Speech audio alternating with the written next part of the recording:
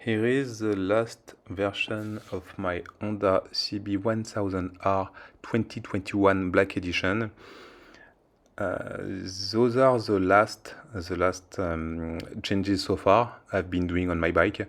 I've already made a couple of videos about the previous changes I've done, and actually I'm pretty happy with the result. I don't think I'm going to do that much changes anymore on this bike. Let's say this is actually its final form. This is one of the first modification I've been doing on my bike. The rear brake fluid reservoir, because the stock one was pretty ugly. The grips, so those are pretty new. The Rizoma UR Hello, I was first going for the gray option, but actually it wasn't available anymore, so I decided to go for the black one. The mirrors, I already talked about those mirrors in the previous video, but actually those are Moto Gadget mirrors. I don't remember the name, to be fair, but actually it's what you need to know is those mirrors are made 100% made out of alloy. There is no glass, so they are polished, and they are polished so, let's say, so well that they are being reflective, and so acting as a mirror. Then there is the front headlight, which is one of the major changes, I would say, I've done on this bike. I did myself. I bought the stock headlight of the previous CB1000R, the one from 2018, and then I had to modify the wiring because the stock plug were on the same. It's not plug and play. You need to know that if you want to go for this option, for this modification, you will have to do some wiring, some changes. It's not complicated, but it's not that easy neither. So you need to know about it, and if you want to know a bit more about it, once again, I've done a video about this modification. Then the rear part, as you can see, there is no more turn signals because they've been removed, and they are in the directly integrated in the rear light, and I have removed the mud guard as well because I'm not riding anymore when it's raining. Next thing being this part, which the stock part actually is made out of rubber, and if you ask, I find it pretty gross.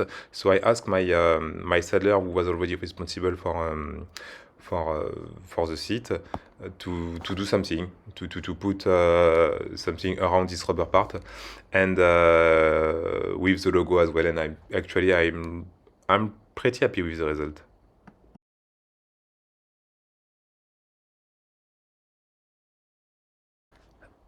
Then the exhaust. I think this is the fourth exhaust I've put on this bike, if I count the stock one as well. So the stock one, the second one, I won't lie, I don't remember the brand. I think it's an X-Race, or no, maybe no, I think the third one was an X-Race. The second one, I won't lie, I don't remember.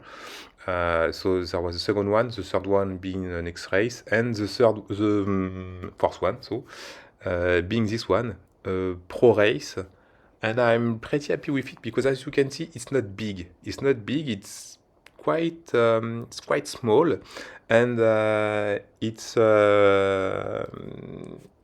allows the rear wheel to be fully, how to say, we can see the rear wheel without the exhaust being right in the middle of it, which was the case with the stock one, the second, and the third one. So I'm pretty happy with this modification because actually I like the exhaust. It's once again quite small, and I really like to go for a proper exhaust management because I'm not a huge fan of exhaust. And as you can see, there is a thermal protection as well, which is something I bought on Amazon, and then I kind of modified it with resin and carbon, and then I cut it.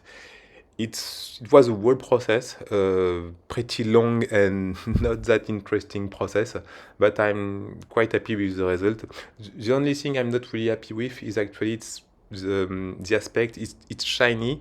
I wanted to go for matte aspect, but it was complicated, so I decided to keep it this way. The front brake disc have been modified for Motomaster Flame disc. The front disc and the front brake calipers have been changed at the same time. And I'm pretty happy with the combo with the duo Brembo plus Motomaster Flame. It's really effective, even if I'm not going on track anymore with this bike, but you need to know that it's working pretty well when I'm riding it on the road, actually. And I also really love the way those discs look, actually. And to be honest, the first reason why I decided to go for those discs is the way they look. And obviously, on the rear wheel, there is the same disc, but I didn't change the rear brake caliper. The last part is the belly pan. I bought it in Switzerland. They sent it to me raw. It was white. I had to paint it. Actually, I made it paint like the rest of the bike. I asked my painter, who was already in charge for the front mud guard, the fuel tank, and so on. And actually, it was a let's say it was a pretty complicated experience, I would say, because I had to bounce it in Switzerland. They made I think they took, if I remember well, something like 5 weeks to do to make the part. Then once received, I had to make it paint, and I had to put some hole. As you can see, the round hole you can see is I'm responsible for it. Sorry, because there was no hole, and this is the only way to check for the oil, the engine oil level, actually. And on the other side, you can see the logo. And back to this side, actually, I was telling you about the engine, the oil engine window, let's say. And I don't know if you'll be able to see it, but the bottom part is shiny. It's not the way my painter did it. Just right there. Here, actually, the upper part of this belly pan is matte, and while the bottom is shiny. I had actually to paint it myself, the bottom part, because it was peeling. I think it's the word. It was peeling due to the very high temperature of the exhaust. So I had to remove the stock, not the stock, but the paint my painter has done. And I had to put some high temperature paint. What can I say more about this part? Except that I really love it. I like the way the bike looks with the belly pan because it's actually hiding the exhaust, and I don't know how you feel about it, but I really don't like exhaust. I know many guys, many motorcycle enthusiasts really like, they are in love with exhaust, but this is not something that I like. I'm not a huge fan of exhaust, and what I like the most is the exhaust management at Ducati.